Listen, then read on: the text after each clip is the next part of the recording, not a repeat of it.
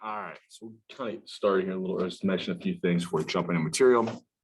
Kind of based off where we're at, because those last batch of questions on the homework were monopoly questions. I kind of mentioned last week, pushing the due date forward to kind of the end of the week this week.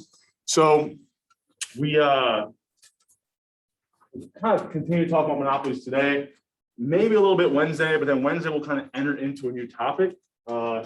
I will be putting up, we haven't done one in a while since that last exam, but I'll put up a video on YouTube after class today that I'll expect you guys have watched before class Wednesday. Probably have a couple IQ questions that might be associated with it. Kind of introducing the next thing that we'll start talking about after we finish up monopolies, probably the beginning of class on Monday. I'm going to keep using the same slides that I had posted last week. So doesn't look like there's any new slides because I was overzealous with how many I put up last week. We'll kind of continue to work through those until we finish all the kind of material from last week. And I might update this before class Wednesday to throw in a couple more slides of stuff I think we can finish by the end of the week. Okay. Any questions for me before we kind of jump into it and kind of get started here? Okay. So we left off kind of talking about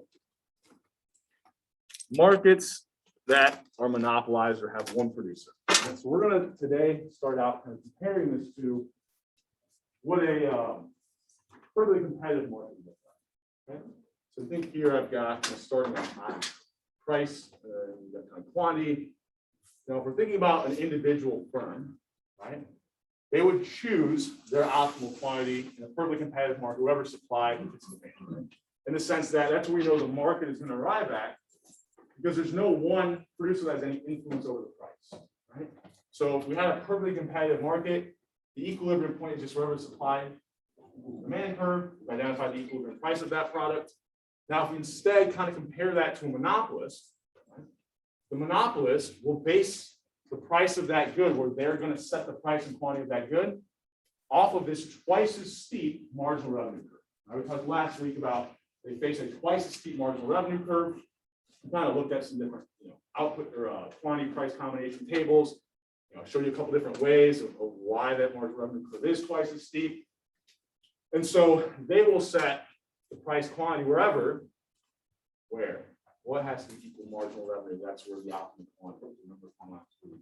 Marginal cost. Yeah, wherever marginal cost hits marginal revenue. So we'll have some marginal cost curve. They'll set the quantity wherever that marginal cost hits the marginal revenue. But the price they charge won't be down here because they know the demand curve reflects at that quantity the price that the last person of that last unit purchased, the price people are willing to pay for it, would be whatever point we're up here on at the demand curve at that quantity. So we go over, identify that price, and we can kind of see the perfectly competitive price.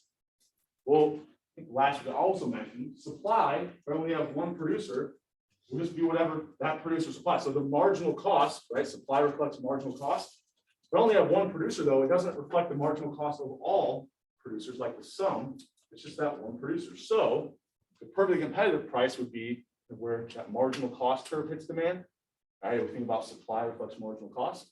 But the price the monopolist sets is actually going to be higher than that point. So with a monopolist, we end up with a higher price, right, than a perfectly competitive market. And notice, if we were in a perfectly competitive market, we'd be up here at a higher quantity. Okay? So this is why monopolies kind of have a negative connotation, right? It leads to a lower output of whatever good this is on the market relative to a perfectly competitive market, and it results in a higher price. Okay? So we've got lower quantity, higher price. I think I have got that kind of summarized here. Okay? Why is that an issue? Well, I mean, if you think about it, higher prices are bad for consumers. Less of this good being provided to the market is bad for consumers, right? So a monopoly, it's great if you're the producer. It's great if you're the one selling that good. Not so good if you're a consumer of that product, right? So we can kind of walk through, if we're talking about how much producers benefit, how much consumers benefit, I can go back when we were talking about government regulations. We can start to look at things like surplus. Okay? So if I'm thinking about this monopolist, We said we can determine what their profits are. Excuse me. By kind of taking the difference between price and average total cost at whatever that optimal quantity they choose is. Right? So we choose the optimal quantity where marginal cost is equal to marginal revenue. At that quantity, we'll charge a price of wherever we'd be at on the demand curve. We kind of see here the total average total cost curve would be a little bit lower than that. So we would have positive profits. Right? If I've got here we go. My equation for profits, right? The price is above average total cost, and profits are positive.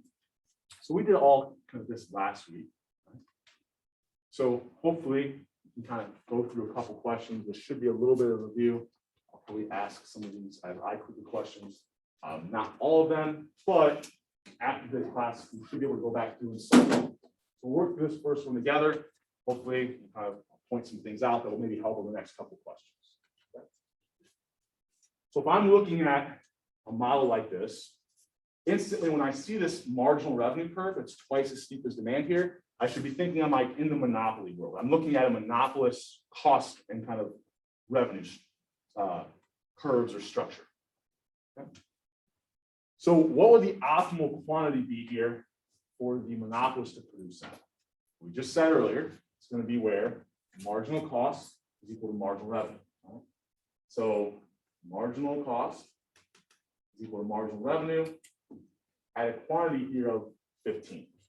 Okay. So our optimal quantity is 15. So when we're identifying things like, think about that profit equation. We just identified the optimal quantity. When we start to determine what the price we should sell things at, we said we go up to the demand curve, look at whatever price, whatever amount the last person would be willing to pay at that quantity of 15. We also can look at where we're at on the average total cost curve if we produce 15 units. So, next question. Hopefully, I've kind of just said what you should do, and I've walked you through a couple examples in those slides, and we worked on it last class. If I tell you the optimal quantity, we already identified the optimal quantity was 15. What price should the monopolist choose to sell this good at that quantity of 15?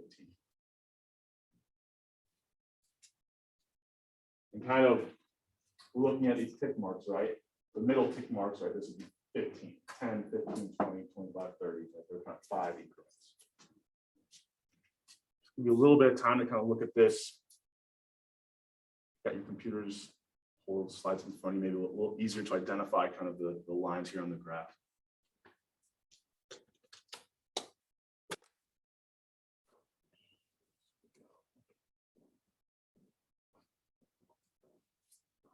Go for 15 seconds here for that minute mark, and then we'll kind of talk about this.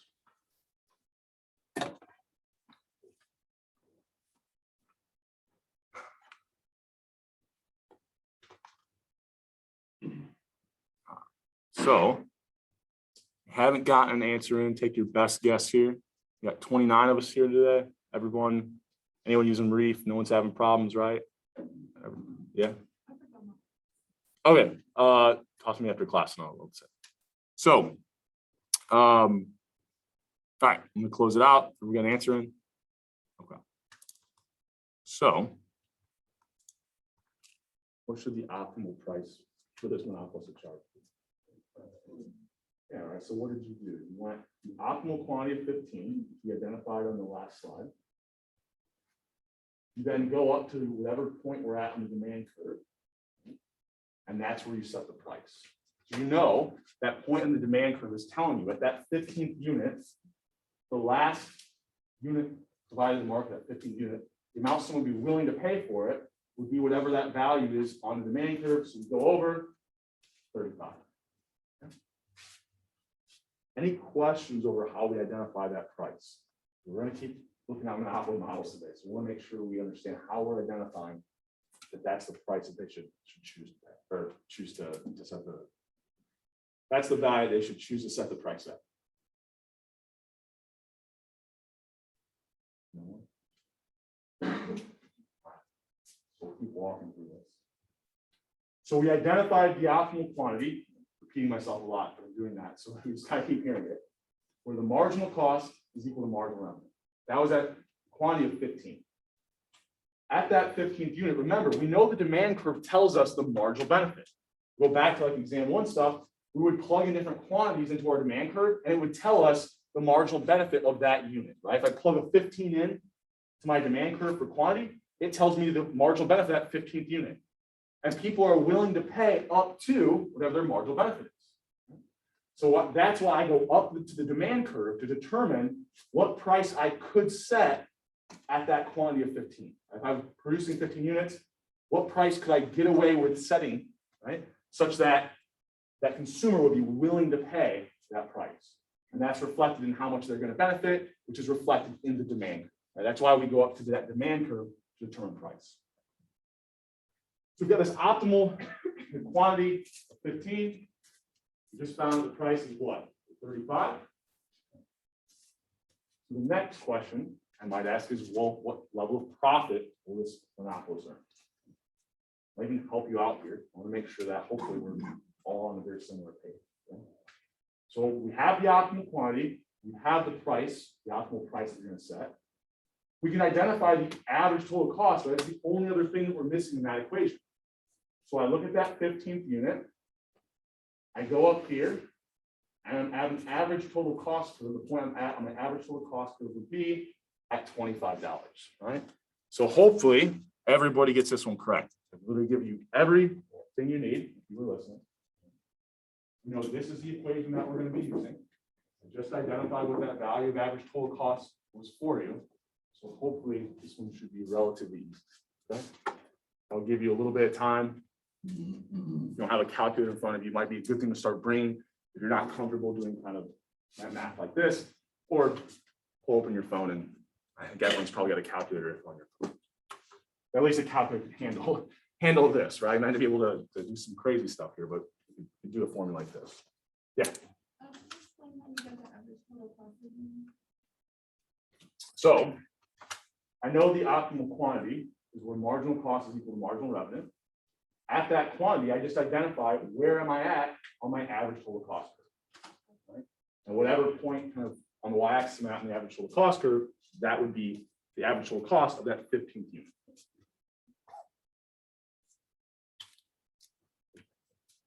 All right. Give you guys another 10, 15 seconds here, kind of wrap up.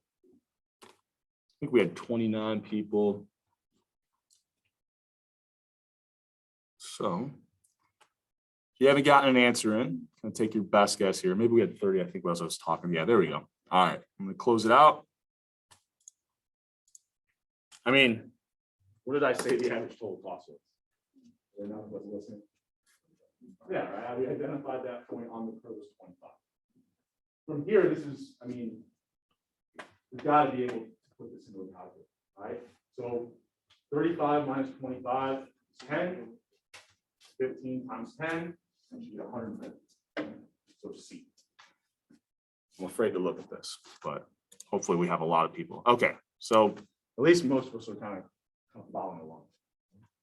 I mean, we've identified everything we would need, right, to determine the monopolies or monopolists' profits. Right? I clicker die or my iClicker, my there we go. So I want to try to set this up in a slightly different way. Okay? I said last class, sometimes I'll give this like horizontal or this constant marginal cost just to simplify things, to be able to kind of point some things out. So let's say I've got a drug here, kind of thinking about if I only had one producer of a drug, right? So most drugs have patents so that I put all this money into figuring out this drug was going to, I don't know, cure cancer. Someone else, once I find that, can't just steal it. They didn't have to put any of the R&D costs, right? They don't have to pay for all the research. And so they don't have these huge fixed costs that I would, right? That's why we have patents to kind of protect these companies so that they're willing to put money into research and development to discover these drugs that then have these huge positive impacts for society, right? So once they have the patent, they're a monopolist. Nobody else can produce this. Now, once that patent runs up, we get these things like generic drugs. So some, I don't know, have any of you ever like picked up a prescription? I don't know. I use Walmart. I don't know. It's easy enough, right? They have generic drugs that cost like $3, right? Whereas when that patent hadn't run up, some of those drugs might have cost, over 100, right? So why is that the case? Okay. So if we think about a monopolist, and we'll just use a constant marginal cost here, because really, once they discover how to produce this drug, this is probably one of the best examples. I said I'll simplify it, and it's not the most practical. Well, actually, in this example, marginal costs pretty much are flat, right? Because there's really no labor into drug production once I've discovered it. It's just a machine sitting there running, producing pills, right? That'd be a little bit. I might have to have some people at least supervise, so maybe there's a slightly increase in marginal cost, but it's pretty flat. So they choose the optimal quantity. Marginal cost equals marginal revenue at this quantity here. At that quantity, what's the amount of money the last consumer will be willing to pay? Well, that's reflected in the demand curve. So I go up the demand curve, and I see that the price the monopolist sets is going to be kind of higher than whatever their marginal cost is, right? Or wherever that point was where marginal cost and marginal revenue. Now, if I had a perfectly competitive firm here, what point would the price for that drug be set at? So now, let's say, so this is with the patent, we get a higher price. Now the patent expires. All these other companies say, now we can produce this drug too. We can enter this market. So there's no longer one producer. We've got many producers. And if I go to the drugstore and there's 5 different versions of, some antibiotic or something, which one am I going to choose? Well, it's all the same. All these drugs have the exact same chemical composition. Just choose the one that has the lowest cost. Right? So now there's no one firm that has any influence over the price. So we're going to end up basically where supply is equal to demand, which remember, supply reflects marginal cost. So we just use that kind of marginal cost curve. And the perfectly competitive price would be significantly lower, right? So the new equilibrium point is where supply is equal to demand. Remember, marginal cost, or supply reflects marginal cost. So that's just where marginal cost will hit demand. Now the price that people are going to pay in a perfectly competitive market, once that patent ran out, is going to be much, much lower, right? So that's why we see when the patent still exists, the price of some of these drugs is insanely high. Once that patent expires, the price of that drug falls dramatically. In fact, it falls all the way down to basically whatever the marginal cost of producing that good is, or that drug. I say good, that drug. Right? So, you can imagine here, it looks like I have that marginal cost is pretty high. But really, the marginal cost of pill production is relatively low. That's why we get prices as low as like $3 or $4 when you go to fill a prescription if that drug doesn't have a patent. Questions kind of over this? Okay, so I think I have something in the slides, but I'm going to work through this on the board. So let's use a scenario just like this. We'll complicate it a little bit in a second where we have increase in marginal cost, which is kind of more applicable. There's a lot more real world examples we can apply it to. But we'll start out with a simplistic one here with a constant marginal cost. So if I'm thinking about a market where I've got this constant marginal cost, and I'm thinking about monopolists, so they're facing this twice as steep marginal revenue curve when they're studying the price quantity combination. If I had a perfectly competitive market, here I can think about what would producer surplus be? It's kind of a weird one. So if we go back, remember, producer surplus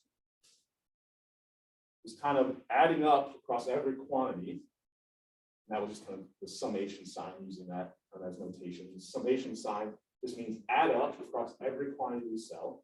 The difference between the price I sell the good for and how much the additional cost that comes from each quantity level. Right? So that's the benefit to producers, right? The difference between how much I can sell this drug for and how much it costs me to produce that drug. Okay? So producer surplus should be the area below price but above the supply or above that marginal cost. Well, here it's a really weird one where if I'm in a perfectly competitive market, we said the price is actually exactly equal to marginal cost. So in a perfectly competitive market here, producer surplus would actually just be 0. At every quantity, the price is exactly equal to marginal cost. Kind of a weird one. So we have these constant marginal costs, that's what comes out of it. So we would kind of say here, really, once this drug becomes generic, producers are kind of indifferent about producing it, which is why it sometimes can be hard to get these large drug companies to produce these very generic drugs that don't have patents. Right? In fact, this is a little bit of an aside, and I don't like to dive into political things, but it is an interesting economic aspect of it. I am a shameless listener of Joe Rogan, and we got a lot of heat for taking ivermectin when he got COVID.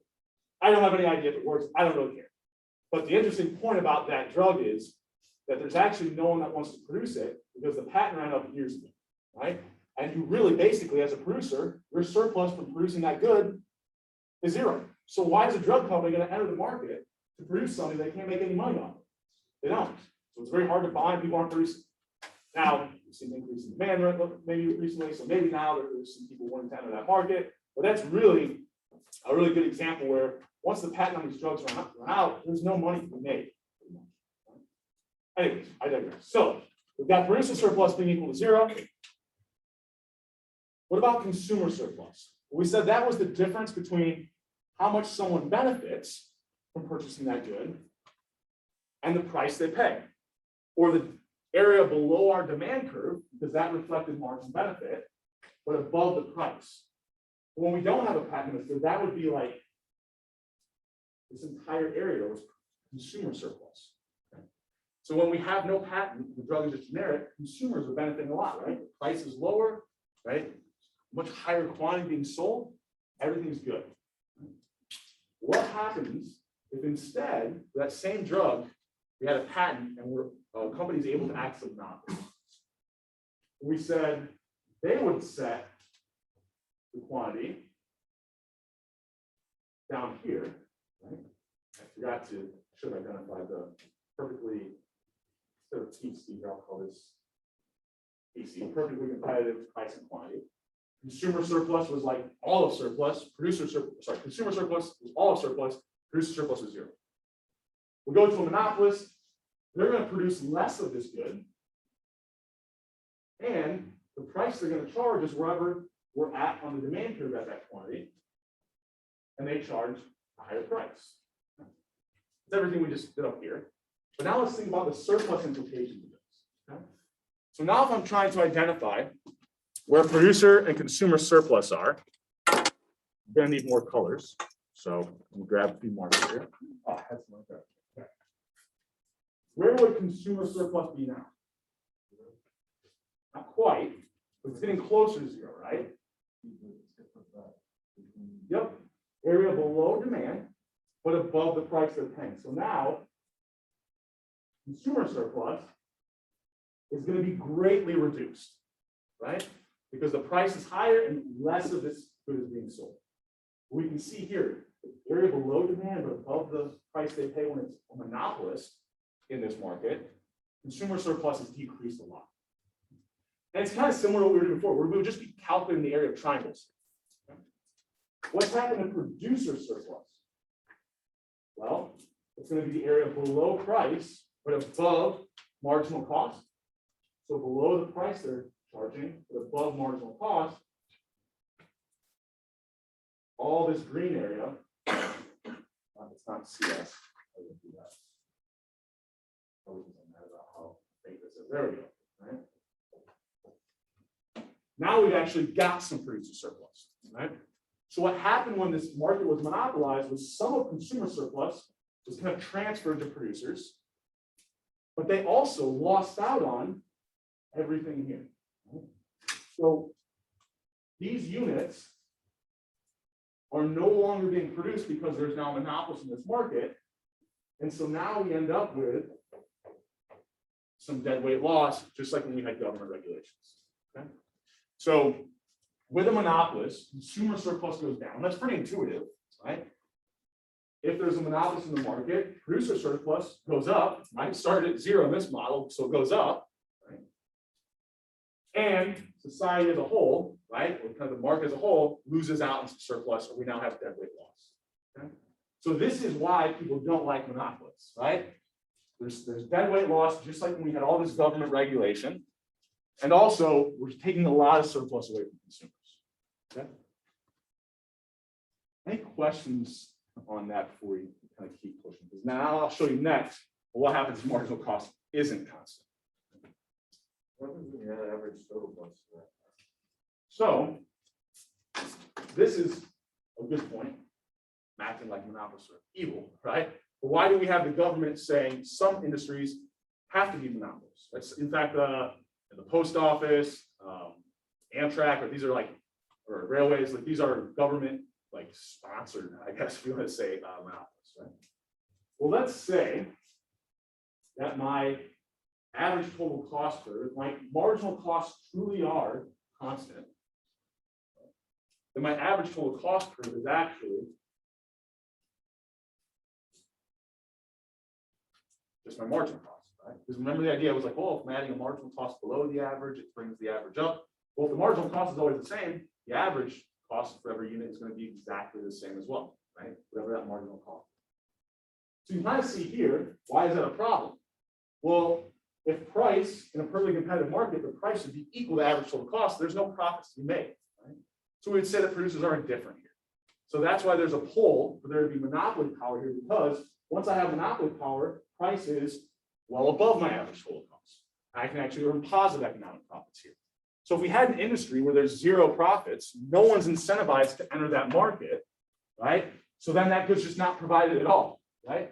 So how can I incentivize a company to want to produce this good? If I give them monopoly power, it's okay, I've got positive profits now. Now we lose out kind of overall, we have some deadweight loss, but if there was no companies to enter this market, deadweight loss would be all of surplus, right? If no one's providing the good, you know, so losing a little bit is better than losing everything, essentially. And not every industry has constant marginal cost, so that would be kind of a weird. Good question. Any other questions for keep moving here? Okay. So now what happens if I don't have constant marginal cost, but more realistic, increasing marginal cost? Right? So we've got our perfectly competitive equilibrium where supply is equal to demand. Remember, marginal cost, supply reflects marginal cost, so we're really kind of synonymous here. Okay. So we've got total surplus maximized. A monopolist enters in and says, okay, maybe we give them a patent or we give them rights to produce this particular good and have monopoly power. They set the price higher than the perfectly competitive point. Now, and they choose a optimal quantity, right, that's going to be lower than the perfectly competitive point. Well, now we can see here, we could go through and identify consumer, producer, and surplus and deadweight loss. So deadweight loss is probably the easiest, right? That would just be the surplus that's lost out on from producing less than the perfectly competitive quantities. Okay? So it's going to be kind of that triangle on the side, just like when we had all that government regulation. Okay? So our deadweight loss kind of comes from all these units we're no longer selling because this market's been monopolized. Okay? Producer surplus is going to be the area below price, but above their marginal cost curve. So now you can see producer surplus is a pretty large area. And once again, just like we did on the board here, consumer surplus is going to be much lower. Okay? So it looks a little bit different when we have this increasing marginal cost. Consumer surplus part doesn't look any different. But the producer surplus now, we don't just have that rectangle, we've got this kind of lower triangle as well, because marginal costs are increasing as we increase the units that we're producing. And then we had deadweight loss that we identified as well. If I had some actual kind of values to these, it'd be just like before how we calculated surplus values. We were looking at the government regulation stuff. Okay? So you can imagine maybe that's where we're about to go. Okay? Yeah. So remember, consumer surplus, if we just want like an easy way to remember, consumer surplus is always at the top. Producer surplus is always on the bottom. Deadweight loss is always going to be on this right-hand side we're looking at monopolies. And the reason why is because consumer surplus is the area below our demand curve, but above the price people are paying with the monopolist. Producer surplus is the price the monopolist sets, the area below that, but above their marginal cost. Any other questions on that?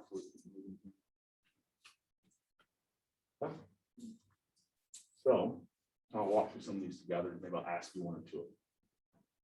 So if I'm looking at this, what would the optimal price and quantity be? No, sorry. Yeah. What would the optimal price and quantity be if this was a market that was perfectly competitive? Well, that's simply going to be where supply is equal to demand, marginal cost kind of supply curve reflects marginal cost. So we'd be at this point here, quantity of 22.5, it looks like, and a price of between 25 and 30, so 27.5. We should be C there. Right?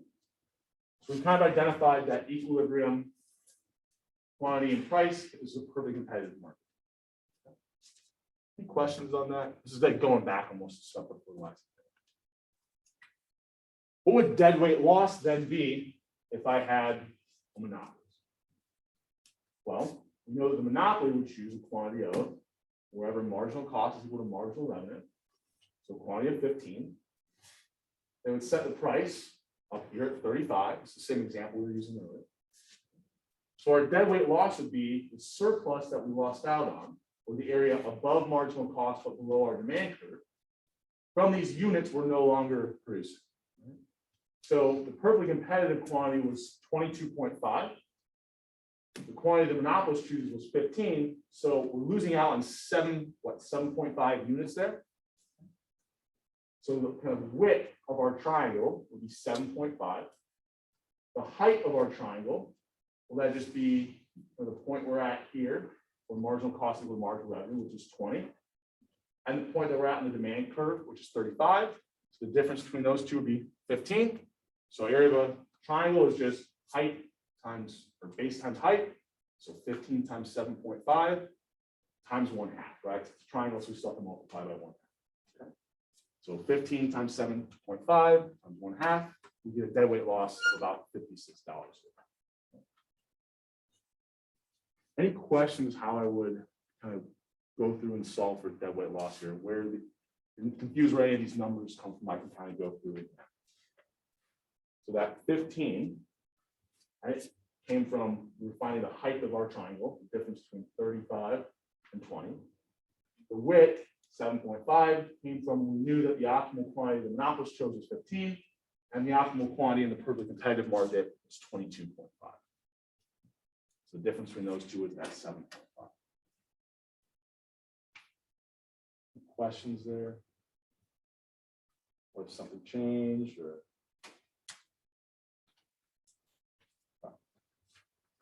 So,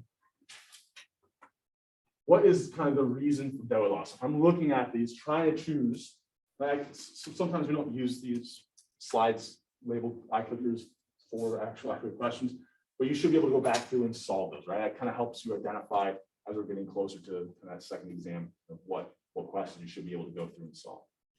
So we're comparing to a perfectly competitive market. Why do we see deadweight loss from monopolists? Is it because they try to maximize profits? People boycott monopolists more often, they sell less output at a higher price, or they're usually run by rent-seeking crooks. Right? Well, some of these are just me kind of throwing in things that maybe we hear people say. Well, really, what really drives deadweight loss, right, is that the monopolist is going to sell a lower output relative to a perfectly competitive market. So I say here that they sell less output at a higher price, and that, yeah, that does, right, that does lead to deadweight loss, but it's really not the fact that they're setting a higher price. It's that when they maximize profits, right, they're actually going to set a lower quantity. So probably wouldn't ask a question like this on the exam, but really the base of where this is coming from is that when they maximize profits, what they do is then switch to setting the optimal quantity wherever marginal revenue is the marginal cost, which then results in a lower output and results in a higher price, right? So kind of where this is all stemming from is purely like the monopolists aren't like seeking to be evil. Right? They aren't seeking to cause deadweight loss. Where it all starts is all they're trying to do is maximize profits. And the process of maximizing profits, it just results in them choosing a lower quantity and a higher price. So I probably wouldn't ask kind of a question like this on the exam, but I just wanted to point out that yes, they sell lower output and have a higher price, but it really stems from that they're just maximizing profits. All right. What do I want to do for the rest of class here? I think I might skip this price discrimination stuff for today, and we might do that next class. So I don't want to do this today. And do this next class. Where's my natural monopoly stuff? Here we go. So this is what I want to do. Okay. So let's say had a cost structure similar to before, but instead of just marginal costs, I added a bunch of fixed costs as well. Right. So now marginal cost is no longer equal to average total cost, and I have constant marginal cost, but I've got all these fixed costs that this company has to pay as well. So potentially, in the short term, potentially we have a market where, if it's monopolized, the optimal quantity will be wherever marginal revenue is equal to marginal cost. The price the monopolist sets for that good is up here. Right? And we can see here, what would the value of profit in terms of, would they be positive, would they be negative, would they be zero?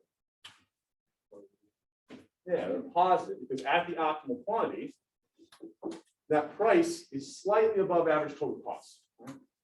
So we've got price slightly above average total cost, and we're going to have this natural monopoly experiencing positive profits. And I think I ended last class with showing you kind of a graph where if this was a scenario, once another firm enters the market, what's going to happen? They no longer face all of demand. Demand is split in between two firms, right? Once another firm enters this market. So if demand shifts downward a little bit here, right? Because the firm is not facing the entirety of demand, they don't have it. You can kind of think about, well, now the new optimal point, right? That average total cost curve is going to be above any of the prices even that the monopoly set. So there potentially is a market where, because the costs are so high, it only can support there being one firm. As soon as a second firm enters, both firms would have negative profits. Then one of them would eventually leave. Now we're back to just having one firm who earns small positive profits, and we'll call this as a natural monopoly. So even if this is the case with a natural monopoly, this is bad for society because we still have all this deadweight loss, right? If we could get to the perfectly competitive output where demand hits supply, or supply reflecting marginal cost, demand hitting marginal cost, we'd be all the way out here. So we're losing out on all of this surplus. Right? So what can we do? What can the government potentially do? The government's not, usually they screw things up when they enter markets, but they can potentially have some positive effects as well. So if I was looking at this and I come and say, okay, look, I'm going to try to set the price all the way down here where the perfectly competitive market would be.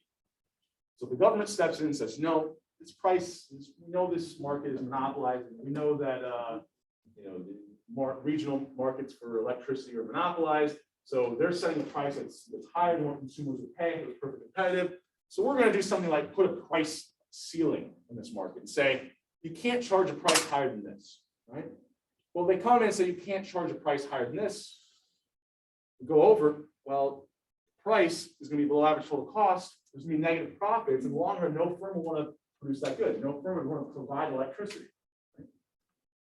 So we have this loss if the government comes in and tries to set a price ceiling at whatever the perfectly competitive price would be. So now we have a problem. Government steps in, no firm, and sets this price ceiling. Nobody's going to want to sell this good. The government doesn't step in. Consumers are hurt a lot, right? We're talking about something like electricity. I mean, every single person is going to end up paying more, basically, just to kind of have shelter or kind of basic human needs, right? So what can we do? Right? Well, let's say they go in. So can't set the price at marginal cost there, at consequential cost. But let's say we try to set it at a point such that price is exactly equal to average total cost. Okay? If I can do that, right, there will be kind of zero profits. Maybe I can get whatever the existing firm is kind of being different about staying in. Right? And maybe I have to set it just above, right, so that they're not, they don't just leave because they're not, they're making zero profits, right? Maybe I set it just above that point where they would be equal. So I'm looking at that graph. The monopolist is currently charging this price. So what I do to regulate it is I start setting price ceilings and say, you know what, I'm actually going to put a price ceiling in right here. You can't charge a price above that. So the monopolist goes, gone, right? That the optimal price that would maximize profits, the government is now telling me I can't charge a price that high. So instead of charging a price up here, I'll just be at this new price ceiling. And maybe at that price ceiling, the price is still above average total, so there's still some profits there. The government says, oh, we're still earning positive economic profits. I'm going to lower the price ceiling a little bit more. So they lower the price ceiling a little bit more. So maybe now it's somewhere down here, price is barely above average total cost.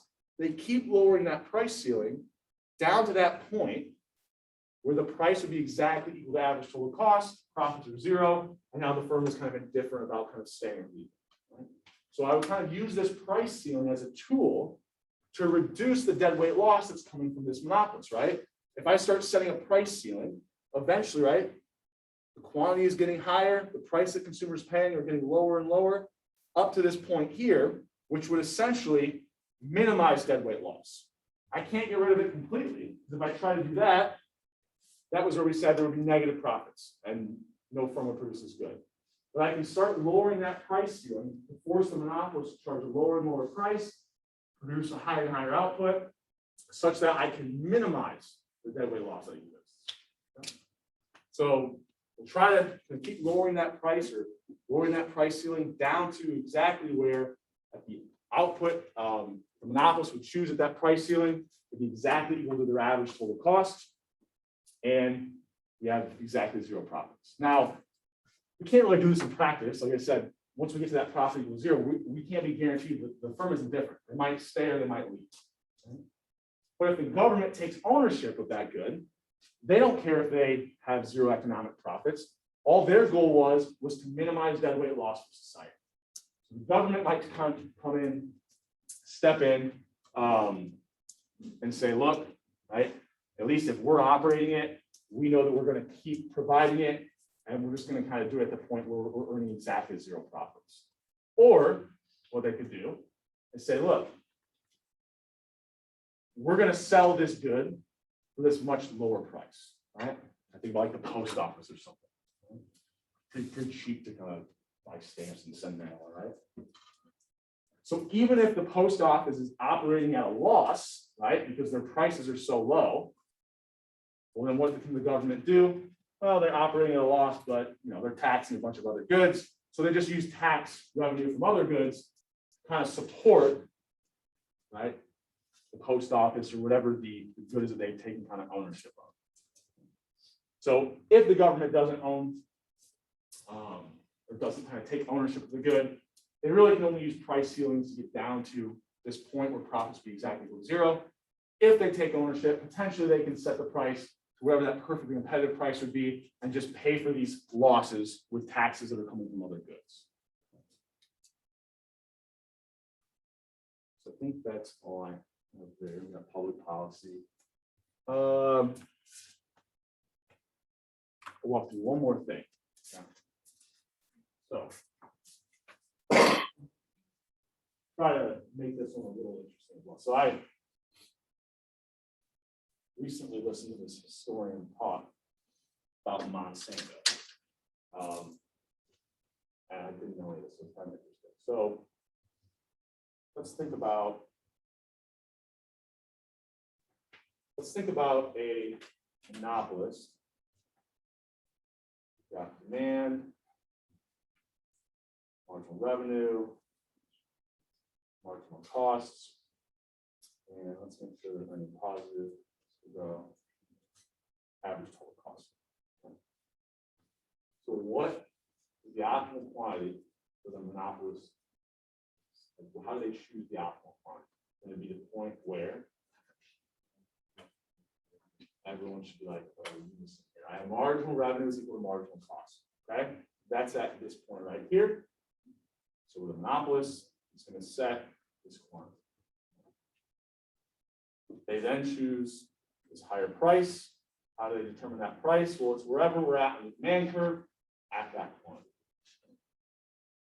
So they were talking about Monsanto. I guess back in the day, like Coca-Cola was like really popular. People like to drink it, mainly to add caffeine. They were getting caffeine from like, I think it was like expired, like trash tea leaves, like tea leaves that weren't good enough to be used for tea. They're like grinding it down and just extracting all the caffeine.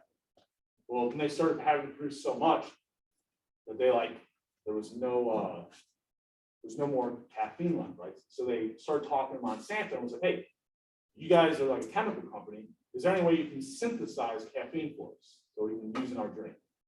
And they're like, sure, we can sign a big enough contract. So they signed this huge deal with Monsanto, and they basically, in like the next couple of years, I mean, they can produce that caffeine at such a low price, and they produce so much of it, they essentially became like a monopolist in the sense that they were the only one providing, the only company that could provide Coca-Cola with all this synthesized caffeine.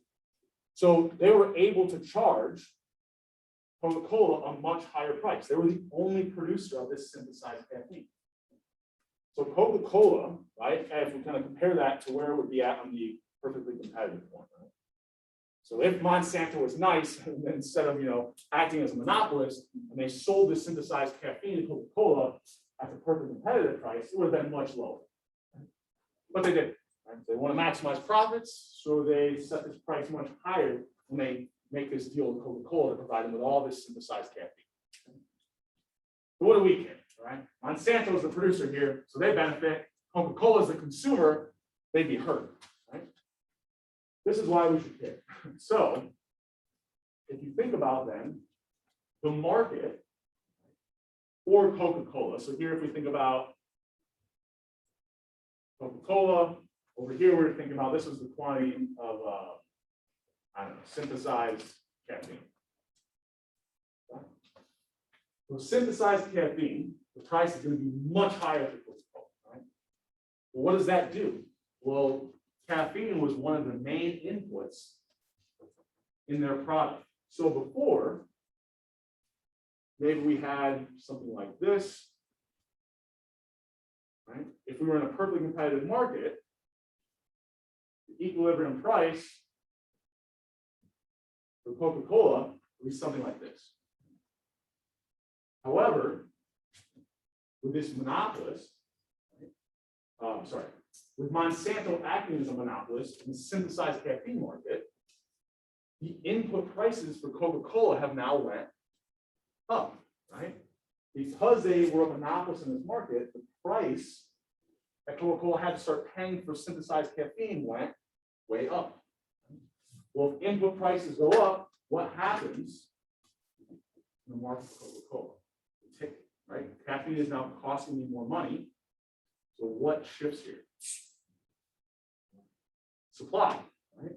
So at every single quantity, my marginal costs are now going to be higher, or right, higher input prices, decreased supply, or shifted it to the left. So now what happens is equilibrium price for Coca-Cola.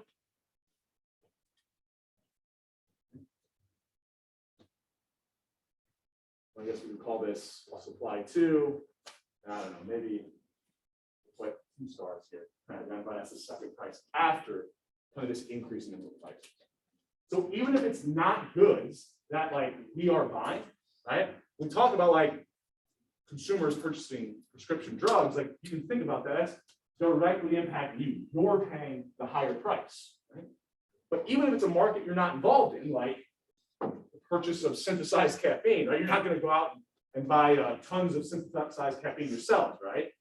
But because there's a monopolist in the synthesized caffeine market, that's going to increase the price that Coca-Cola and these other companies are going to have to pay to produce the product that then you end up buying, right? So even if you're not involved in the market, it can have cascading effects, right? anytime there's like a major input where the market is monopolized, such that companies are going to have to pay much higher prices for whatever it is, synthesized caffeine, lumber, whatever it is, right? That's going to then have impacts in the markets of goods that you more traditionally buy. Right?